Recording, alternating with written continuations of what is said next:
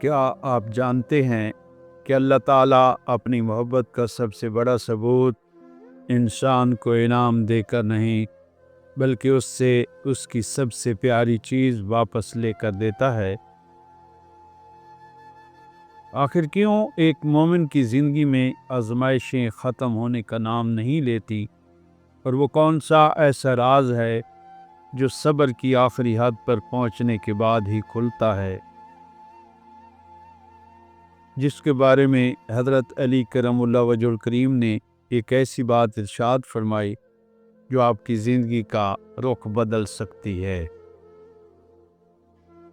اس گہرے سوال کا جواب اور وہ خاص راز میں آج کی اس ویڈیو کے بالکل آخر میں آپ کے سامنے رکھوں گا، اس لیے میرے ساتھ جڑے رہیے گا۔ زندگی کے اس سفر میں ہم سب کبھی نہ کبھی ایسے مقام پر آ کھڑے ہوتے ہیں جہاں ہمیں لگتا ہے کہ اب کوئی راستہ باقی نہیں بچا، جہاں دعائیں مانگتے مانگتے ہاتھ تھک جاتے ہیں، لیکن حالات نہیں بدلتے۔ ایسے میں ہمارے دل میں یہ سوال پیدا ہوتا ہے کہ کیا اللہ مجھ سے ناراض ہے؟ کیا میری توبہ قبول نہیں ہو رہی؟ لیکن حقیقت اس کے بالکل برعکس ہے۔ اللہ پاک جب کسی بندے کو اپنے قریب کرنا چاہتا ہے تو اسے دنیا کے سہاروں سے کاٹ کر اپنے مسلح پر لا کھڑا کرتا ہے۔ نوروی وائس کے معزز ناظرین، آج کی اس گفتگو میں ہم اللہ کی رحمت اور صبر کے اس اصل مقصد کو سمجھیں گے جو عام آنکھ کو نظر نہیں آتا۔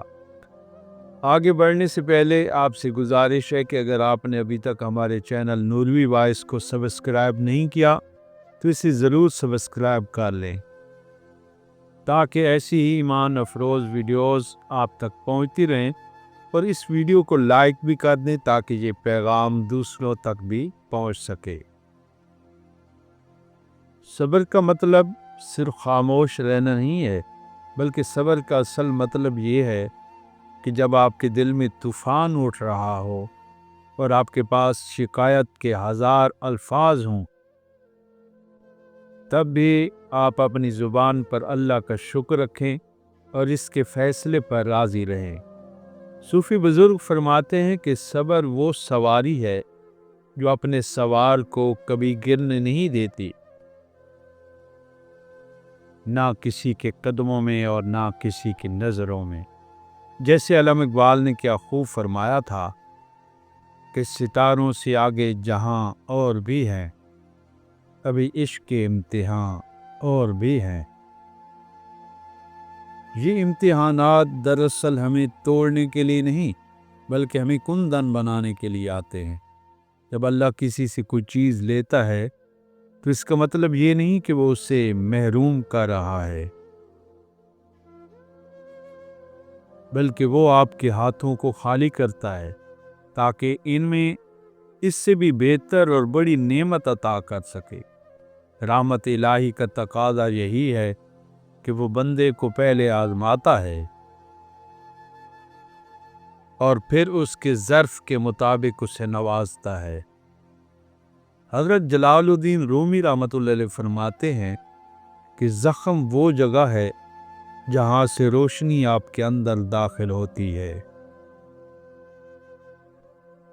اگر آپ کی زندگی میں دکھ نہ ہوں، اگر آپ کو کبھی تکلیف نہ پہنچے، تو آپ کبھی اس ذات کو پکاریں گے ہی نہیں جو تمام دکھوں کا مداوع کرتی ہے۔ اللہ کی رحمت کا ایک روپ یہ بھی ہے کہ وہ ہمیں دنیا کی عارضی خوشیوں سے بیزار کر دیتا ہے تاکہ ہم اس کی دائمی رحمت کی تلاش شروع کر دیں۔ ہم سمجھتے ہیں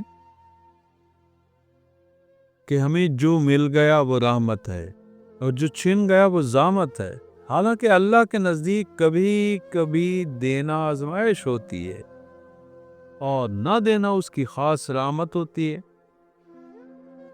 کہ تیرے آزاد بندوں کی نہ یہ دنیا نہ وہ دنیا، یہاں مرنے کی پابندی وہاں جینے کی پابندی۔